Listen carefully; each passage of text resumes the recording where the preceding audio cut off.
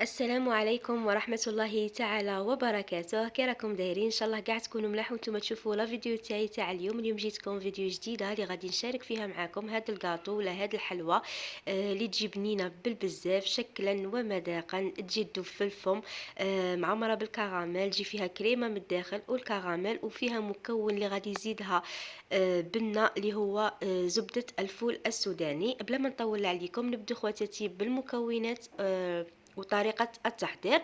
وقبل ما نبدو نقول لكم صلوا وسلموا على الحبيب المصطفى عليه أفضل صلاة وسلام. بسم الله حبيباتي. هنا شوفوا في المكونات عندنا 200 250 غرام تاع المارغرين، نزيدوا معاها 2 ملاعق كبار تاع سكر أرطب، ونزيدو معاها 2 ملاعق كبار تاع الكراميل. هنا كراميل كيما قادرين نديرو كراميل اللي تخدموها في الدار، كيما قادرين نديرو كراميل اللي راهي تنباع واجده اللي نشروها. وغادي تزيدوا معاها هذا المكون اللي غادي يعطيها لاباط تاعنا مذاق ولا اروح، هي زبده الفول السوداني بيغ دو كاكاوات. هنايا درت 2 ملاعق كبار، عمرو مليح الملعقه تاعكم. وهنا غادي نخلط مليح هاد المكونات بالباتور، كيما قادرين تستعملوا يديكم فقط ولا بالفوي. هنا خلطتهم مليح حتى تجانسوا كاع دوك المكونات. شوفوا على تحصلت على كيما الكريمه. وهنا غادي نضيف عليهم صفار حبة بيض مع بيضة كاملة، وتاني غادي نعاود نخلطهم مليح. وغادي نزيد تاني عليهم 4 ملاعق كبار تاع المايزينا اللي هي النشاء. هنا تاني نخلطهم وغادي نبدا نضيف هنا غادي نحبس الباتور وغادي نخدم بيدي دروك. غادي نبدا نضيف في الفرينه. هنا الفرينه توجور تضيفوها تدريجيا حتى تنتلم معنا العجينه كيما لاباط سابلي نورمال. العجينه لازم تخلوها طريه، لازم العجينه تكون طريه. هنا درت الفرينه ودرت نص باكي تاع لا ليفور شيميك، حوالي هكا ملعقه صغيره تاع الخميره الكيميائيه. وهنا بديت نلم في العجينه تاعي كيما قلت لكم تلموها، لازم تلموها تكون عجينه طريه. هاي لهنايا بعد ما لميتها كما قلت لكم تلموها تكون عجينه طريه. هنا توجور كيما موالفه نخدم معاكم، توجور كي نبغي نحل عجينه يا ندير كيس بلاستيكي يا ندير هكا بابي كويسون ونحلها في وسطه باش العجينه تقعد محافظه لي على الشكل تاعها ويجوني الحبات نيشان وما يتشقوليش من يطيبوا. هنا كما راكم تشوفوا راني نحل فيها. هنا السمك لازم تحلوها، ما تحلوهاش رقيقه بزاف وما تحلوهاش غليظه باسكو غادي نلصقوا حبه مع حبه، وغادي نديرو كريمه في الوسط. صافي ديروها شويه رقيقه، والمعلي انا دايرين خماره غير ملعقه صغيره غادي تطلع معنا غير شويه. هنايا شوفوا هنا حليتها. هنا اي تستعملوا اي طابع يكون عندكم، انا استعملت هذا تاع المثلث، كيما قادرين تستعملوا مربع ولا مدور ولا مهم اي شكل تحبوه تستعملوه. هنا كيما ها هو السمك اللي درته هنايا قلت لكم ما ديروهاش غليظه بزاف باسكو غادي نلصقوا حبه مع حبه وغادي نعمروها بالكريمه تاني من الداخل. صافي غادي تجينا شويه الحبه عاليه باش ما تجيناش الحبه كبيره بزاف. هنا هاي لا حطيتها كاع في البلاط تاعي اللي غادي ندخله للفرن. غادي نطيبها على درجه حراره تكون فوق المتوسطه غير شويه، غير تشوفوها حمار من تحت، ما تحمروش بزاف. تقلعوا الكاطو تاعكم. ها ولا هنا الكاطو تاعي بعد ما طاب. هنا درت كاع حبه مع حبه وغادي نبدا نلصق فيه بواحد الكريمه اللي غادي نخدمها معاكم دروك. وهي لهنا بالنسبة للكريمة درت 200 غرام تاع المارغرين، زدت عليها 4 ملاعق كبار تاع بودرة الشونتيي، وزدت عليها 2 ملاعق كبار تاع الكراميل. كراميل نفس الكراميل اللي استعملناها في لاباط باش يجينا توجور هذاك الكاطو تاعنا يقعد في نفس الذوق. هنا شوفوا في البداية انا درت 2 ملاعق كبار تاع الكراميل.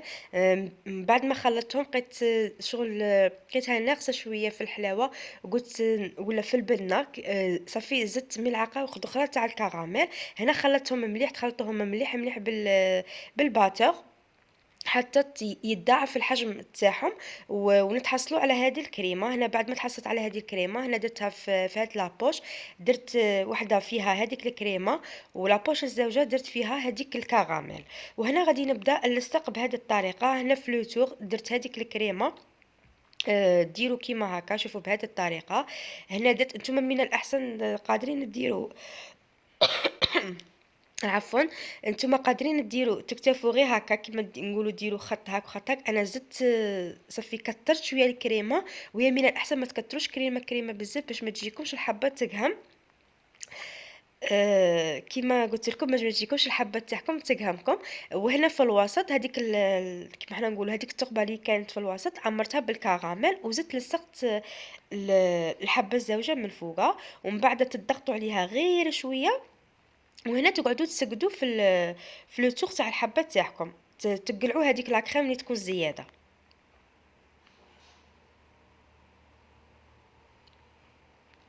غادي نزيد هنا نوري لكم، نوري معكم الحبه الزوجه. هاي لا درتها تاني بنفس الطريقه.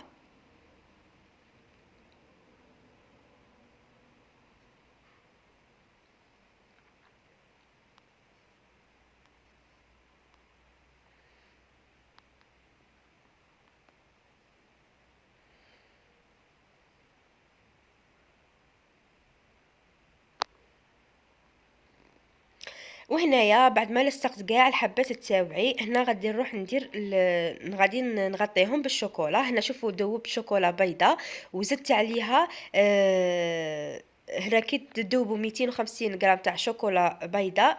انا توجور نستعمل الوجدان باسكو الذوق تاعها يجي شباب. وال وتاني ما تغبنكمش في الكلاصاج. هنا درت 250 غرام تاع الشوكولا هذيك البيضاء، زدت معاها حوالي هكا زوج حبات ولا 3 حبات تاع شوكولا نوار. ما درتهمش ديريكتومون معاها، ذوبتهم هما تاني وحدهم، ذوبتهم من بعد هما دايبين زدتهم على هذيك الشوكولا بيضاء. باش تحصلت على هذا اللون اللي جاي كيما هكا. تاني جاي كيما نقولوا له كراميل كيما هكا. هنايا قعدت نقلا كيما نقلاصي فيهم. هنا توجور ما قعدتش كيما راكم تشوفوا في لو تور ما قعدتش المهم الوجه الفوقاني يكون مقلاصي مليح، يكون مغلف مليح، باسكو في لو تور غادي نغطوهم. غادي يا اما كيما انا درت القطايف محمصين، كيما نتوما قادرين ديروا كاوكاو، قادرين اي حاجه ديروها في لو تور تاع الحبه تاعكم. غادي ديروها. انا هنايا بعد ما غلفتهم كاع ولا بعد ما قلاصيتهم كاع، غادي نبدا خليتهم نشفوا كما راكم تشوفوا فوق بابي كويسون. خليتهم بعد ما نشفوا كاع. هنا في لو تور درت شويه تاع الكراميل، وجبت هذيك القطايف حمصتهم كما راكم تشوفوا ودرتهم في لو تور. ومن بعد التزيين زدت زينتهم بحبة تاع لوز من الفوقة. وكان هذا هو الشكل النهائي للكاطو تاعنا. ان شاء الله تكون عجبتكم الوصفة تاع اليوم. الى عجبتكم ما تنساونيش ابلي لايك، ما تنساوش تخلوا لي تعليقاتكم. انا دروك عليا غير نخليكم نقول لكم تهلوا في رواحكم وقارعوني في وصفات اخرى ان شاء الله. مع السلامة.